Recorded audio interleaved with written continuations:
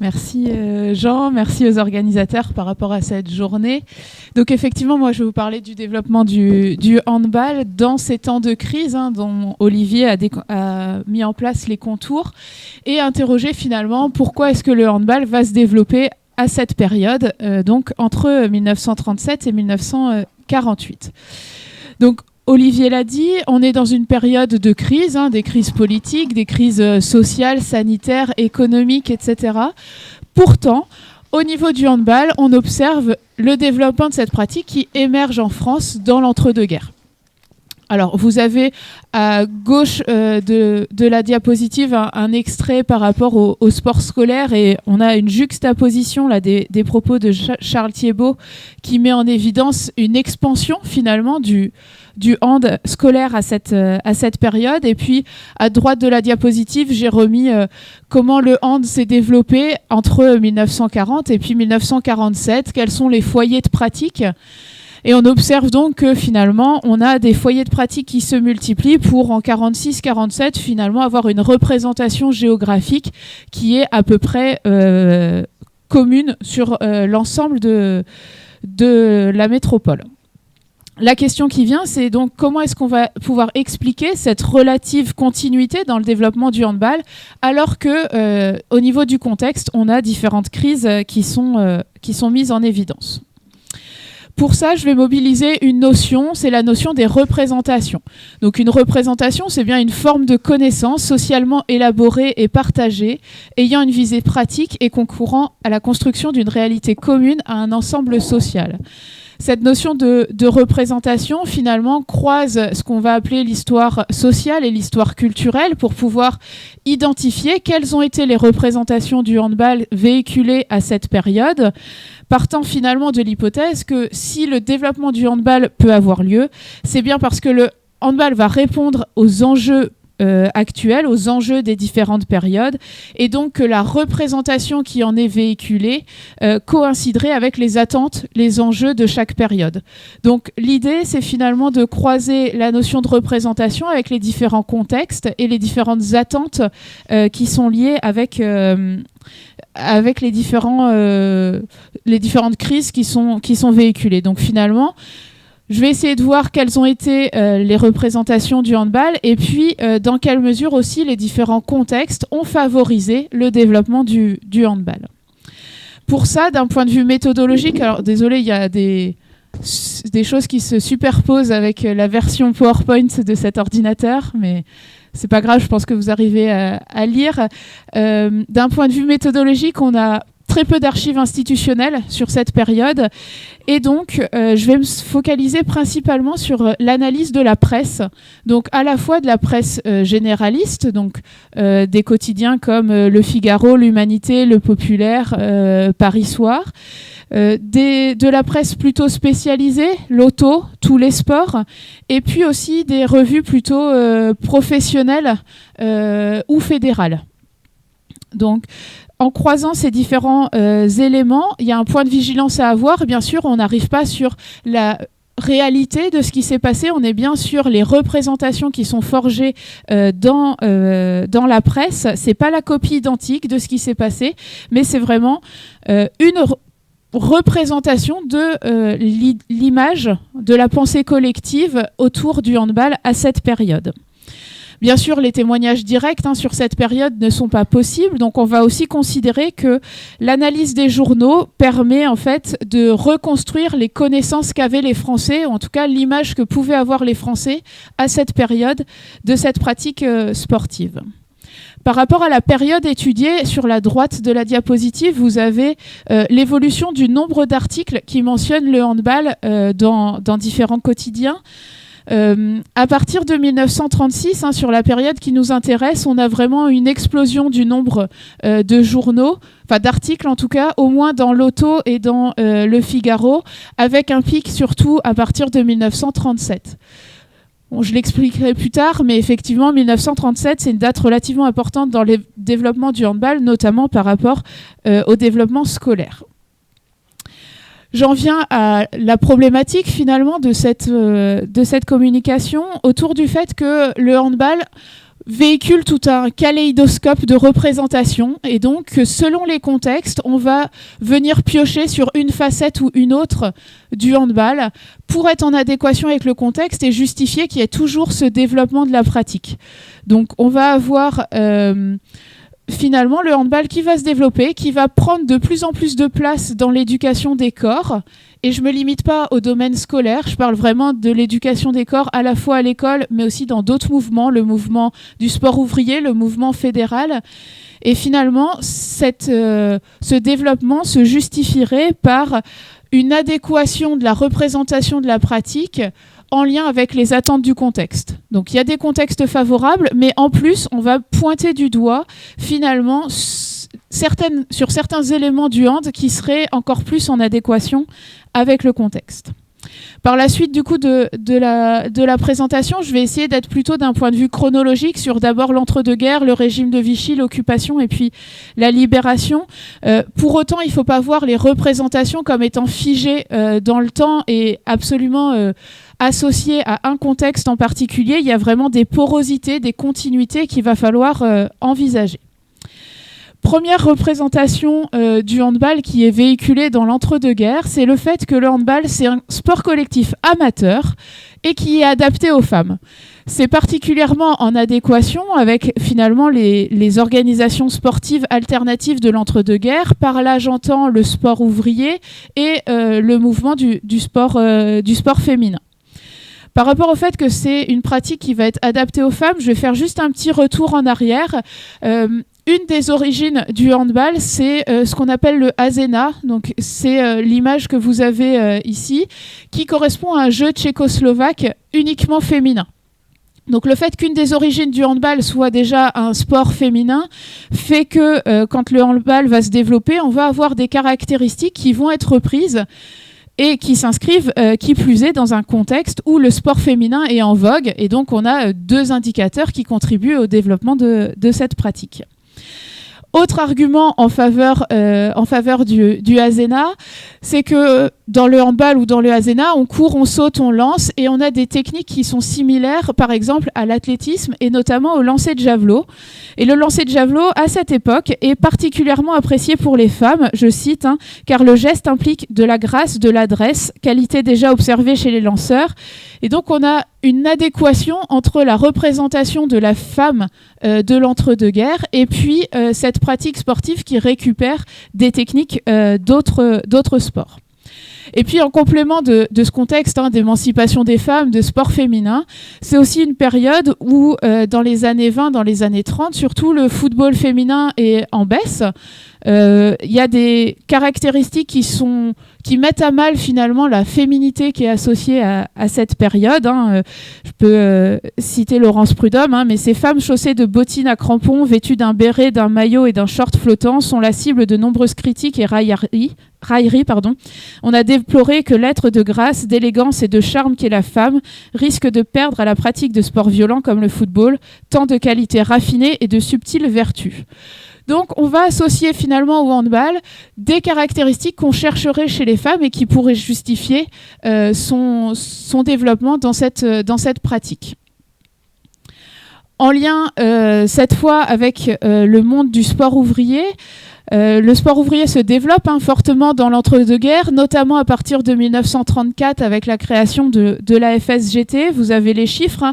Entre 34 et 38, on a une multiplication par 10 du nombre de licenciés. Ça s'inscrit aussi en lien avec le Front populaire dont on a pu parler hier et dont vous avez les différentes mesures qui ont pu être mises en place. Ce qui fait que le handball va bénéficier de ce contexte favorable à l'émergence et au développement des sports et des pratiques de loisirs. Dans le cadre du sport ouvrier, on a une définition qui nous est donnée du football, qui est véritable sport de caractère socialiste dans lequel les équipiers coordonnent tous leurs efforts et leur volonté en vue d'une action collective et d'un résultat d'ensemble. Si c'est une définition qui est associée au football, on pourrait l'associer finalement à tous les autres sports collectifs et on pourrait considérer que le handball bénéficie de cette représentation à cette période donnée. Au niveau du mouvement du sport ouvrier, on a, en termes d'idéologie, une opposition au développement du sport qui est dit classique, avec des valeurs telles que le professionnalisme, le mercantilisme, l'esprit de compétition, etc. Chose qu'on retrouve un petit peu dans le football, au niveau du professionnalisme, alors qu'au niveau du hand, qui n'est pas développé dans la société française, il n'y a aucune connotation, il n'y a déjà aucune représentation du handball, il est très loin d'être professionnaliste, et donc on se retrouve avec une pratique qui va être en adéquation avec les attentes du mouvement du sport ouvrier. Le fait que ce soit en attente avec les mouvements du sport ouvrier, l'amateurisme intégral, le fair play, la fraternelle amitié, on insiste sur ces valeurs-là du handball à cette période qui justifie le fait que ça puisse se développer dans le sport ouvrier. Toujours dans l'entre-deux-guerres, il y a une autre représentation du handball qui est véhiculée. Alors, le côté amateurisme est toujours valable, y compris dans le milieu éducatif, mais on va insister davantage sur ces valeurs éducatives et sur le fait que le handball va être facile d'accès par rapport aux attentes de l'école, par rapport aux attentes du Front populaire, à la rénovation de l'éducation physique et des sports qui est proposée à cette période. Vous avez pour le handball les Jeux universitaires internationaux de Paris en 1937 qui sont le levier, qui vont être l'introduction finalement du handball dans le système sportif et dans le système sportif universitaire et dans le système scolaire. Il se trouve que au niveau des organisations, on est dans un contexte de mise en scène du sport, c'est-à-dire que toutes les victoires sur le terrain sont surtout des indices de vitalité du peuple. Il y a un lien très fort entre la politique et les organisations d'événements à ce moment-là. Pendant les Jeux universitaires internationaux, il y a un tournoi de handball qui est proposé. Aucune équipe française ne doit y participer. Au dernier moment, il y a des abandons et des défections de 2 équipes. Pour que le tournoi ait lieu, il faut qu'il y ait une équipe de France ou le tournoi n'a pas lieu.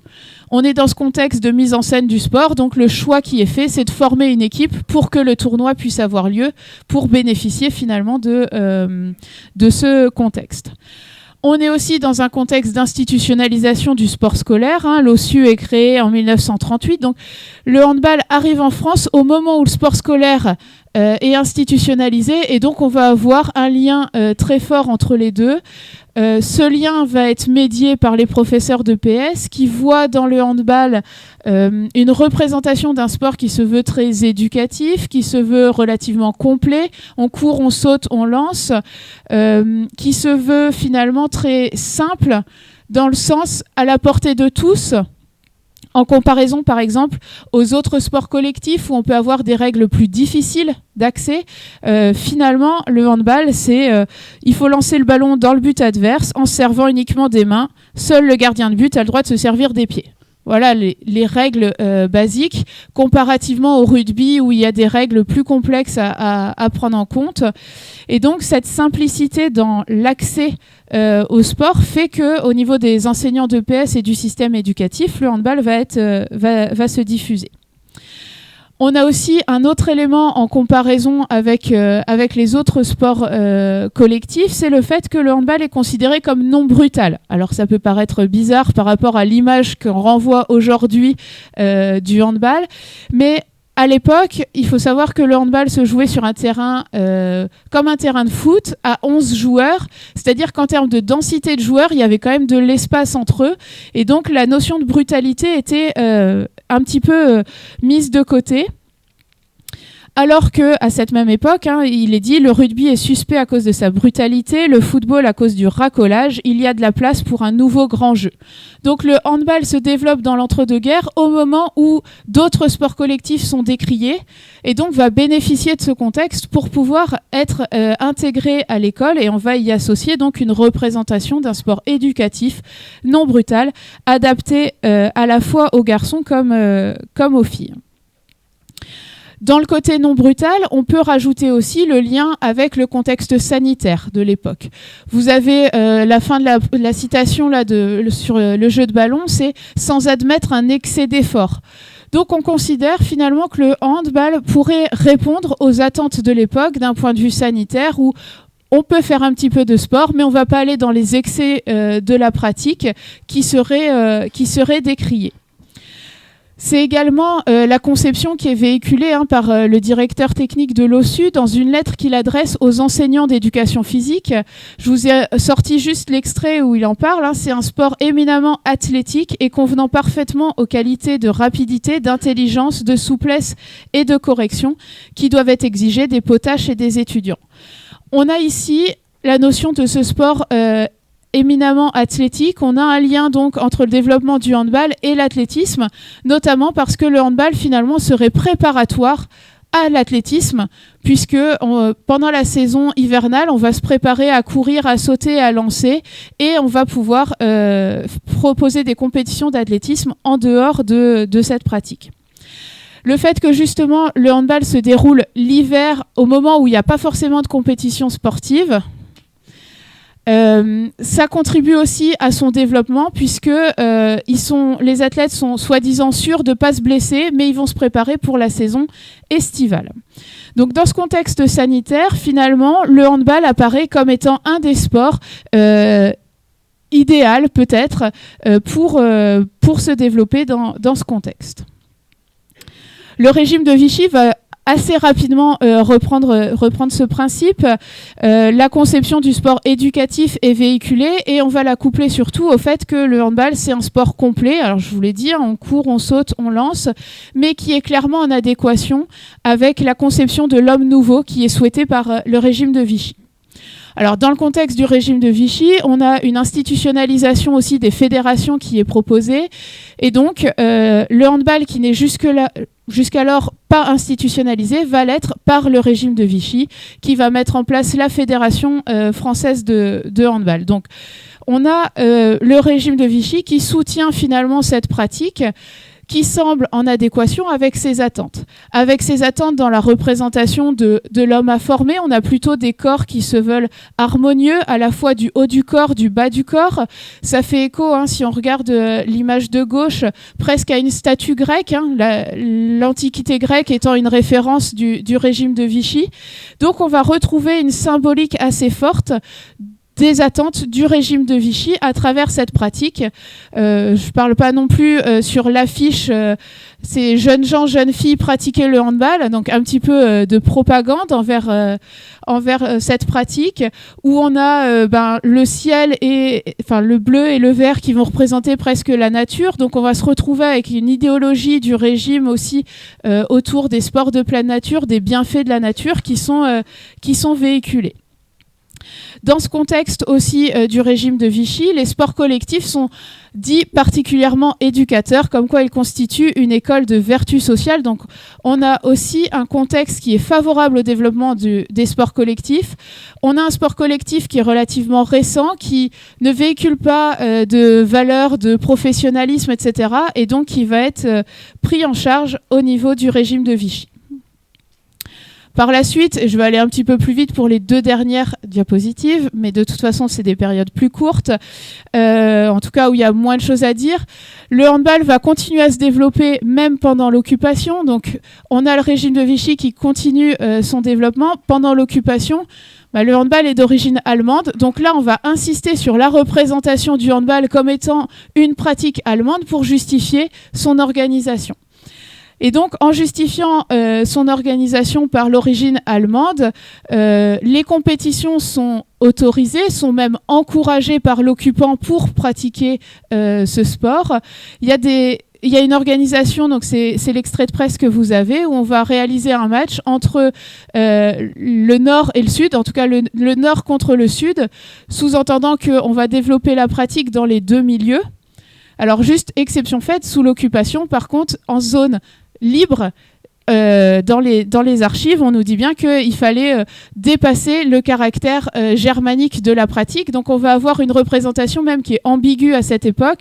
En zone occupée, on va accentuer le fait que c'est une pratique d'origine germanique, alors qu'en zone libre, on va plutôt mettre en évidence ses qualités éducatives, accessibles à tous, aux jeunes comme aux femmes, aux jeunes gens.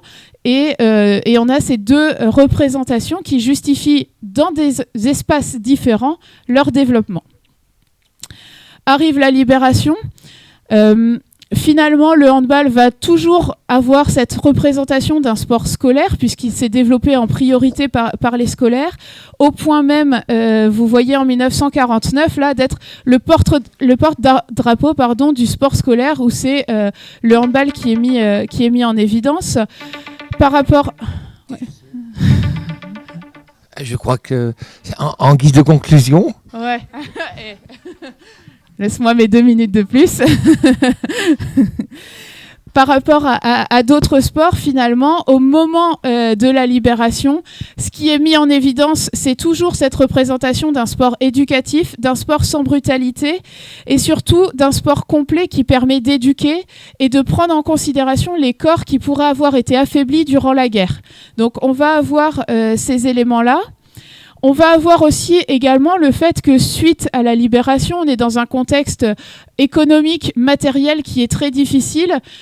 Le handball à 11 subit, on va dire, différentes moqueries. Vous avez la petite caricature ici par rapport au fait que c'est dépendant des intempéries, que finalement le handball à 11 sur grand terrain, c'est peut-être difficile pour certains corps qui ont été meurtris durant la guerre. Et donc, au moment de la 4e République, finalement, c'est le handball à 7 que vous connaissez aujourd'hui qui va prendre le dessus comme étant plus facile d'accès, parce qu'on peut le faire dans des cours d'école, on peut le faire dans des cours de marché, qui demande un matériel qui est pas très difficile. Parfois, il n'y a pas de but, on met juste 2 cartables et il y a une pratique de hand qui peut se faire, contrairement, par exemple, à la natation qui va nécessiter effectivement des infrastructures. Donc, le fait que ce soit une pratique qui ne nécessite pas d'infrastructures, qu'on véhicule toujours cette idée que c'est accessible à tous, c'est pas brutal, on se retrouve avec le handball qui va continuer à se développer à cette période. Donc voilà ce que j'avais à dire sur l'histoire du handball à cette période, en essayant de croiser à chaque fois la représentation de la pratique avec le contexte, pour essayer de justifier et de mettre en évidence que finalement, cette période de crise, c'est pas si noir que ça pour le handball, et c'est plutôt source de développement et propice à son développement, même s'il y a eu des obstacles, effectivement, que je n'ai pas soulignés ici. Merci. Merci Lise. 22 minutes, parfait. Au moins, tu fais pas comme ton directeur de thèse, quoi. Alors, qui a une question? Pas de question de la part des étudiants? Alors, je ne sais pas si vous procédez comme ça à Angers. En tous les cas, à Strasbourg, ça marche bien. J'en interroge un. Oui, monsieur, un chiffre entre 1 et 25, s'il te plaît. 10. 1, 2, 3, 4, 5, 6, 7, 8, 9, 10. Ah, mais je suis pas... As-tu une question à ce remarquable exposé? Non. C'est très clair. Pourtant, il y a quelques éléments d'interrogation. Ah, monsieur Attali. Ah, le messie du handball. Merci Lise pour ta présentation qui était très claire et qui pose pas mal de bases. Moi, je voulais t'interroger, te poser une question sur la dernière partie de ta présentation, même je crois que c'était sur la dernière diapo, l'avant-dernière diapo, quand tu évoques la mutation du handball à 11 vers le handball à 7, en fait. Et alors, tu as expliqué, ou tu as donné quelques raisons qui permettent d'expliquer cette mutation. Moi, je voulais t'en soumettre une autre par rapport à... à plusieurs archives qu'on a pu voir avec les collègues qui travaillons là, sur un club assez connu. C'est que, est-ce que cette mutation, elle n'incarne pas une transformation beaucoup plus profonde du monde sportif en France, des sports de base vers des sports beaucoup plus ludiques, en fait? C'est-à-dire que pour avoir un tout petit peu travaillé, beaucoup moins travaillé que toi sur le handball à 11, et puis d'ailleurs, mais tu l'as évoqué, était quand même beaucoup perçu par sa dimension athlétique. Finalement, voilà, mais comme tu dis, le tir, c'est un lancer de javelot, le déplacement, c'est du demi-fond. Bref, voilà. Enfin, je simplifie, mais c'était à peu près ça. Le handball à 11, c'est du ludique, c'est de l'évasion, c'est des systèmes de jeu. Bref, en fait, c'est le même mot, mais c'est peut-être une autre manière de concevoir l'activité corporelle. Donc, est-ce que finalement, est-ce qu'il ne symbolise pas quelque chose qui va bouleverser beaucoup plus largement le mouvement sportif français? Oui, merci Michael. Merci. je ne sais pas si l'aspect que le handball à 7 est plus ludique que le handball à 11 est mis en évidence. En tout cas, parmi les personnes que j'ai interrogées, c'était plutôt l'inverse et ils étaient plutôt déçus que le handball à 11 s'arrête, voyant dans le handball à 11 plutôt une facilité de déplacement davantage que ce qu'il y avait dans le handball à 7 qui se resserre.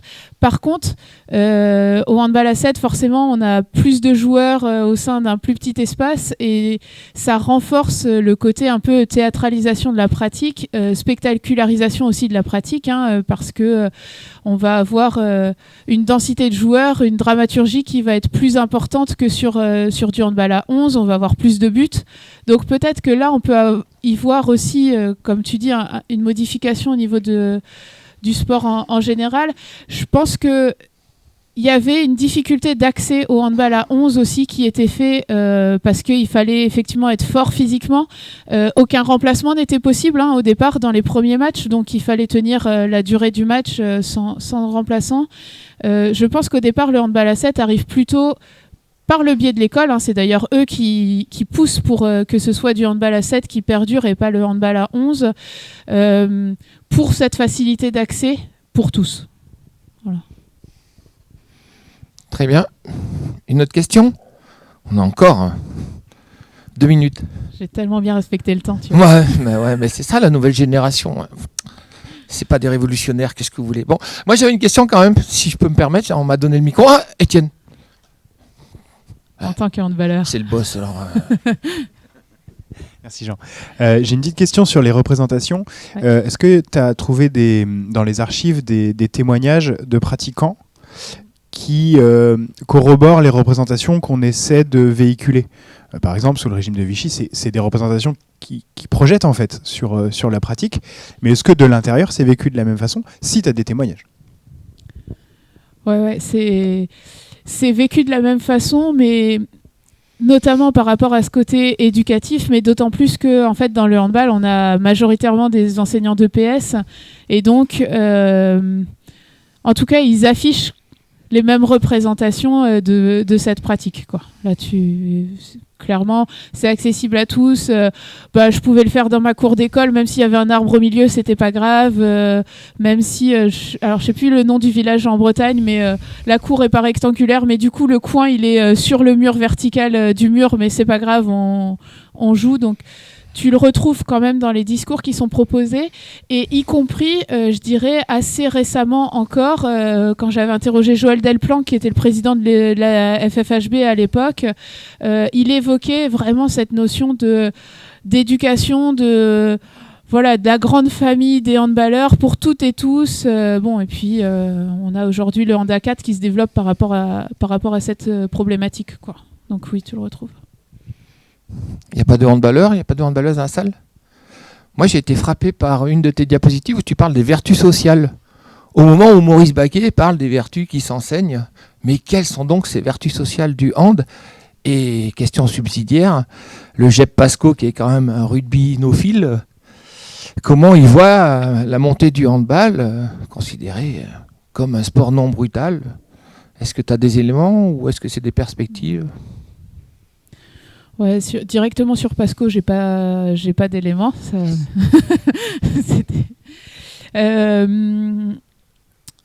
je pense que y a une analogie à faire quand même par rapport au rugby à ce moment-là, entre le rugby à 15 et le rugby à 13, et le handball à 11 et le handball à 7. On a des similitudes en termes de représentation de l'un et de l'autre comme étant une pratique beaucoup plus individuel au niveau du handball à 11 que ne l'est le handball à 7.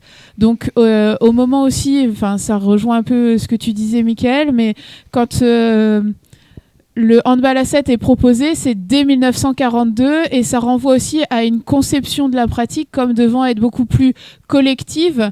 Je vais juste prendre un exemple, c'est que le handball à 11, en termes de déplacement, vous pouviez faire juste un dribble, bloquer la balle, refaire un dribble, rebloquer la balle, et à chaque fois faire 3 pas entre. Donc en fait, seul, on peut traverser quasiment tout le terrain.